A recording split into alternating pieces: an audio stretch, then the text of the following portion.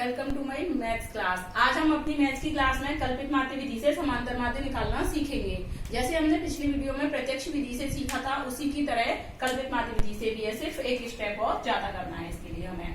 तो अब हम सबसे पहले क्या निकालेंगे, मध्यमान निकालेंगे। एक्स आई जो हमने पहले भी निकाले थे ना, मध्यमान एक्स आई, वो हमें आता है। कैसे निकालते हैं, 0 और 10 को जोड़ेंगे, कितने आए 10, 10 में 2 का भाग दिया तो 5।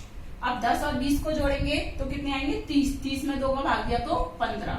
इसी तरह से हमने देखा इसमें 10-10 का अंतर है, तो हम आगे बढ़ते जाएंगे। ये हमारे क्या हो गए, मध्यमान हो गए। अब इसमें से हमें एक मान कल्पित माध्य मानना पड़ेगा, क्योंकि ये कल्पित माध्य विधि है, इसलिए हमें इसका बीच का कोई भी मान क्या मान लेंगे हम, कल्पित माध्य।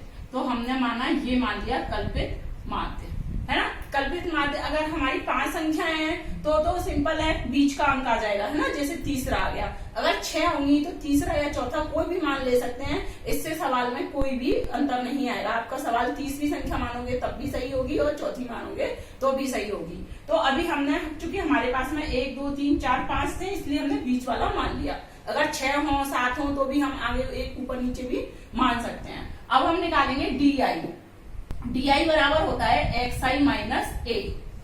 क्या होता है, x I minus A, D I. तो अब हम डी आई निकाल लेते हैं। एक्स आई क्या है हमारे, ये सारे मान है, तो इनको लिख देंगे 5, 15, 25, 35 और 45। इसके बाद में ए जो हमने कल्पित माध्य माना है उसको घटा देंगे।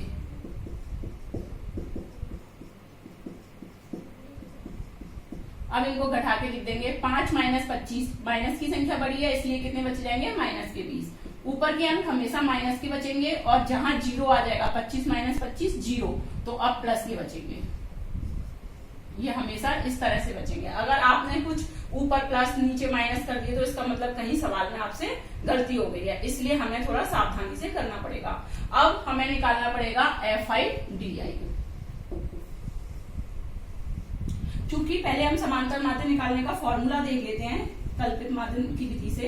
एक्स बार, जैसा कि हमें पता है समांतर माध्य को हम किससे प्रदर्शित करते हैं, एक्स बार से। तो इसका फॉर्मूला होता है summation F I D I upon summation F I into A plus.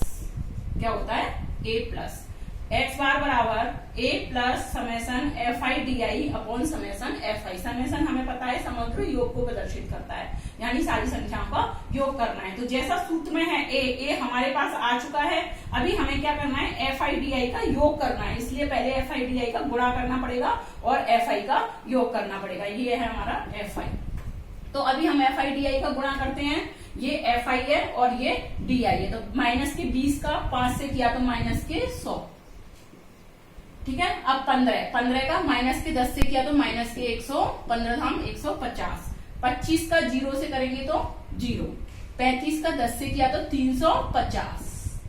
45 का 20 से किया तो 900, ठीक है। अब हमारे पास में एफ आई डी आई आ गई। चूंकि इसका योग निकालना है तो हम इसका योग कर लेंगे। माइनस माइनस की संख्याओं को एक साथ जोड़ लेंगे और प्लस की को एक साथ जोड़ लेंगे, तो माइनस के 100 और माइनस के 150 250 हो जाएंगे, और इधर 350 और 900 तो 1250। प्लस के कितने हो गए, 1250। तो अब हमारे पास में देखो प्लस के 1250 है, माइनस के 250 है, तो एक संख्या प्लस एक माइनस होती है तो हम क्या करते हैं, माइनस। तो 1000 आ जाएगा, और किसका आएगा, जिसकी संख्या बड़ी है, तो प्लस के 1000। एफ आई डी आई का योग कितना आ गया, प्लस के 1000। और इधर अब हम किसका निकाल लेंगे, इसका योग निकाल लेंगे। तो इसका योग कितना आएगा देखते हैं, 5 5 10 15 20 25 की 5 यहां से लगे 2 3 5 8 और 4 12 125, ठीक है। अब हम जो हमारा फॉर्मूला है उसमें मान रख देते हैं। एक्स बार बराबर ए कितना था 25 कल्पित माध्य, प्लस एफ आई डी आई का योग कितना है 1000 बट्टे समेसन एफ आई 125। अब हम इसको सॉल्व कर लेंगे, है ना। आपको अगर 25 का पारा आता है, 25 से काटना आता है तो आप उससे कर लीजिए, नहीं तो 5 से भी कर सकते हैं। इन दोनों में भाग है इसलिए हम पहले इनको काट के सरल कर लेते हैं। 5 से काटते हैं, 5 दूनी 10 200, इधर काटते हैं 5 दूनी 10 2 बचेंगे 5 25। अब फिर से 5 से काट लेते हैं, 5 चौक 20 0 5 25 5 40, यानी ऊपर कितने बच गए 8। तो ये हो गया एक्स बार बराबर 25 प्लस 8। तो एक्स बार बराबर क्या आ गया 33, यानी समांतर माध्य कितना आ गया 33। अब हमें जो आंसर है वो 33 आया है, तो कल्पित माध्य विधि से भी इतना ही आएगा, प्रत्यक्ष विधि से भी और पद विचलन विधि से भी इतना ही आएगा।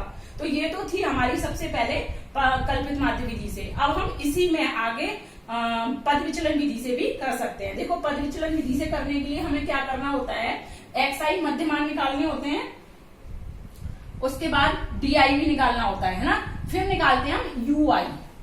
क्या निकालते हैं, विचलन ui।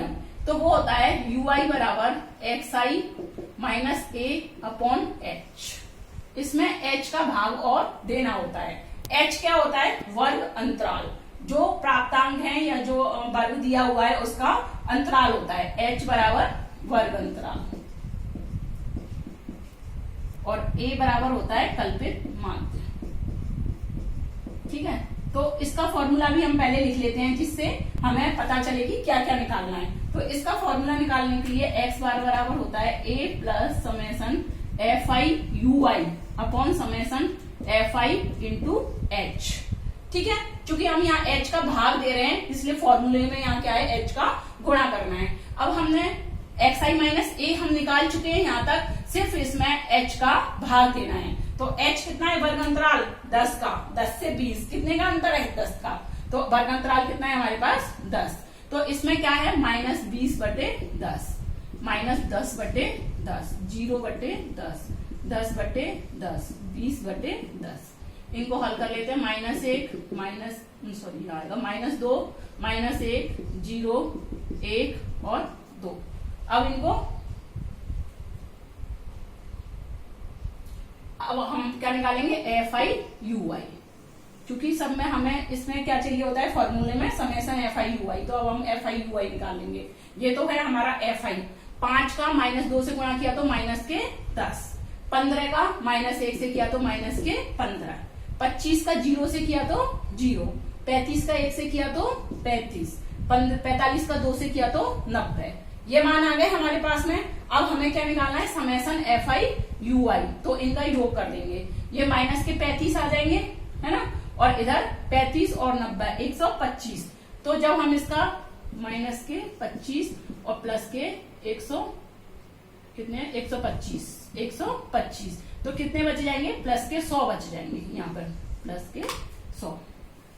अब हम अपनी जो कैलकुलेशन है उसमें मान रख देंगे। a का मान कितना है, कल्पित माध्य 25 प्लस 100 fi वही रहेगा 125 गुणा h यानी कि 10, है ना। h का मान कितना था 10, तो ये हो गया 25 प्लस 1000/25।